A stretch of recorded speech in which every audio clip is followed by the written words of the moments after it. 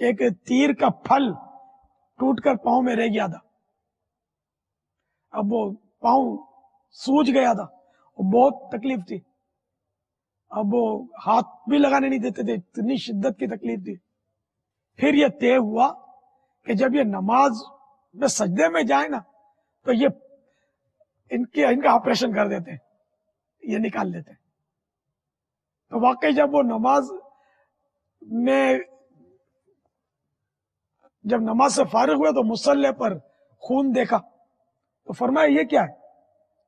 تو عرض کیا گیا کہ حضور وہ آپ کا وہ ہم نے آپریشن کر کے یہ پھل نکال لیا تیر کا. بولا رہے مجھے تو پتہ ہی نہیں چلا. یہ صفحہ نمبر 531 منقول ہے, نماز آخرت میں سے ہے, لہذا جب تو نماز شروع کرے تو دنیا سے نکل جا. یا موبائل فون سے ہم تو نہیں نکل پاتے, دنیا سے نکلنا ہے. ہائے یعنی ایسا گم ہو جائے اللہ کی نماز میں کہ کچھ ہوش ہی نہ رہے. ہائے ہائے کاش. کسی بزرگ سے پوچھا گیا کیا دوران نماز آپ اپنے نفس سے کوئی دنیاوی بات کرتے ہیں؟ تو انہوں نے جواب دیا نہ نماز میں نہ نماز سے باہر. ہائے ہائے اللہ اللہ اللہ. یعنی نماز میں نماز کے علاوہ بھی اپنے نفس سے کوئی دنیا کی بات نہیں کرتا, یعنی دل میں دنیا کی باتیں گھسنے نہیں دیتا. حق ہو اللہ ہو. محبت میں اپنی گمایا الہی نہ پاؤں میں اپنا پتا یا الہی.